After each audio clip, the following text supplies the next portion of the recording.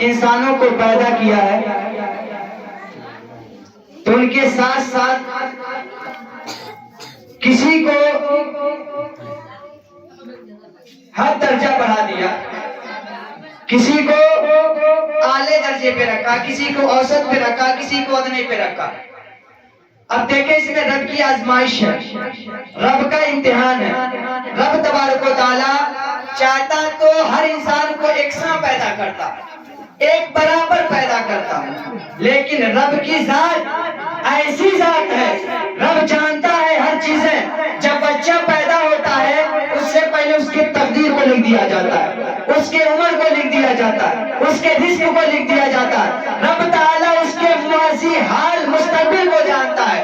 رب تعالیٰ کسی کو دولت دیتا ہے تو سخاوت نہیں دیتا ہے، کسی کو سخاوت دیتا ہے تو دولت نہیں دیتا ہے۔ رب تعالیٰ کسی کو علم دیتا ہے، علم نافع نہیں دیتا۔ رب تعالیٰ کسی کو زہد دیتا ہے تو اس کے ساتھ ساتھ اس کو تکبر بھی دیتا ہے۔ یاد رکھیں رب نے زندگی میں انسان کو پیدا کیا ہے، ہر ایک کا اپنا اپنا مقصد ہوا کرتا ہے۔ کسی کو اگر اعلیٰ درجے پہ رکھا ہے تو ساتھ ساتھ رب تعالیٰ نے سخاوت کو چھین لیا۔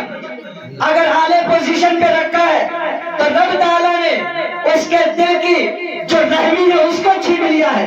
رب تعالیٰ نے کسی کو غریب بنایا تو اس کے اندر سخاوت پیدا کیا، اس کے اندر محبت کو پیدا کیا، اس کے اندر الفت کو پیدا کیا، اس کے اندر عشق کو پیدا کیا ہے۔ کیونکہ یاد رکھ کے تاریخ کو یاد کرے، پچھلے ماضی کے تواریخ کو یاد رکھے، جن کے صدقے میں رب وحدہ لا شریک نے ذرے ذرے کو پیدا کیا ہے، قطرے قطرے کو پیدا کیا ہے، ہم کو بھی پیدا کیا، آپ کو بھی پیدا کیا، زمین کو وجود بخشا، آسمان کو سامیانہ بنایا۔ رب تعالیٰ نے ان کے زندگی میں ان کے قرن میں جتنے لوگ آئے ہیں تو ان میں رب تعالیٰ نے حضور سید عالم صلی اللہ تعالیٰ علیہ وسلم کو پیغمبر بنایا تو غربت والے خاندان میں پیدا کیا، لیکن رب تعالیٰ نے رحیم بنا کر کے بھیجا، کریم بنا کر کے بھیجا ہے۔ وَمَا أَرْسَلْنَاكَ إِلَّا رَحْمَةً لِّلْعَالَمِينَ کا آپ نے خطاب دے کر کے بھیجا۔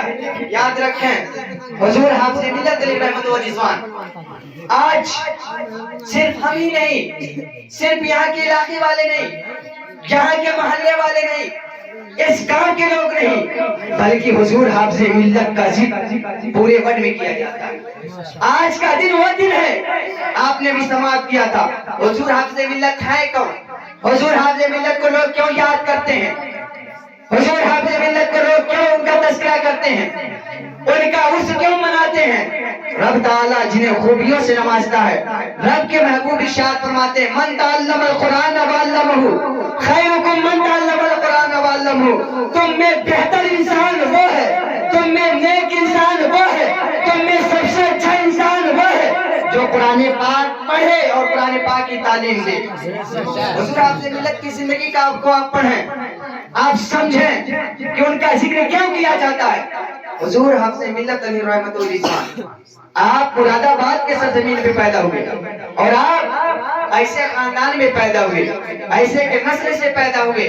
فرماتے ہیں علامہ صاحب فرماتے ہیں محدث کبیر حضور صدر الشریعہ کے صاحبزادے آپ فرماتے ہیں جس وقت میں دوران طالب علم میں تھا، میں جس وقت علم دین حاصل کر رہا تھا تو میرے والد محترم نے یعنی صدر الشریعہ نے میرے والد محترم نے حضور حافظ ملت کو علم دیا اور علم کو دیا تو میں اپنے والد محترم سے جتنا ہو سکا میں نے علم دین حاصل کیا۔ لیکن جب میں مبارک پور میں جب داخلہ کرایا، مبارک پور میں میرے والد محترم نے جب مجھے بھیجا حضور حافظ ملت کے سرپرستی میں میں علم دین حاصل کر رہا تھا، حضور حافظ ملت نے جب مجھے علم سے سرفراز فرمایا تو آپ ایک دن فرماتے ہیں اے محدث کریم، اے اللہ زار مصطفیٰ سن لو، تمہارے والد محترم نے جو کچھ مجھے عطا کیا تھا میں نے تجھے سب کچھ دے دیا۔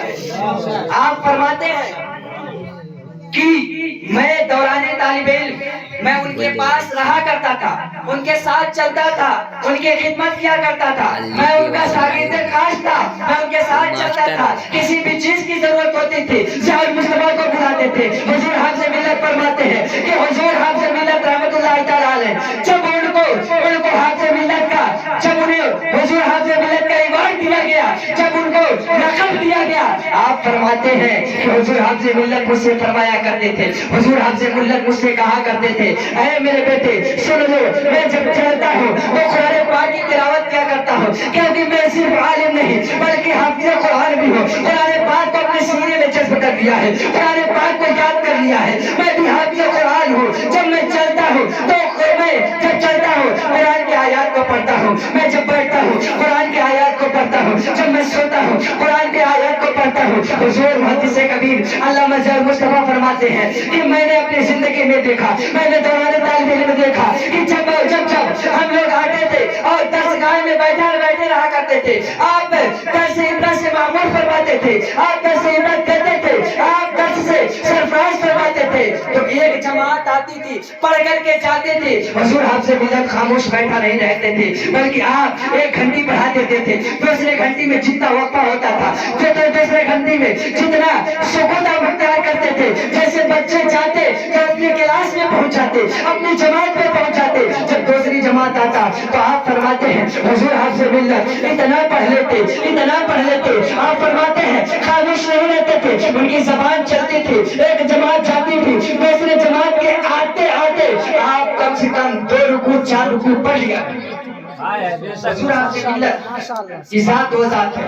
دیکھیں جب پہلی مرتبہ جب آپ گوسی شریف سے علامہ صدر شریعہ کی بارگاہ سے جب آپ مکمل علم حاصل کرنے کے بعد آپ کو علامہ صدر شریعہ علیہ رحمت و رضوان نے اجازت دی, بیٹا مبارک پور کی سرزمین پہ چلے جاؤ, وہاں تیری ضرورت ہے. حضور حافظ ملت علامہ صدر شریعہ آپ کے استاد تھے,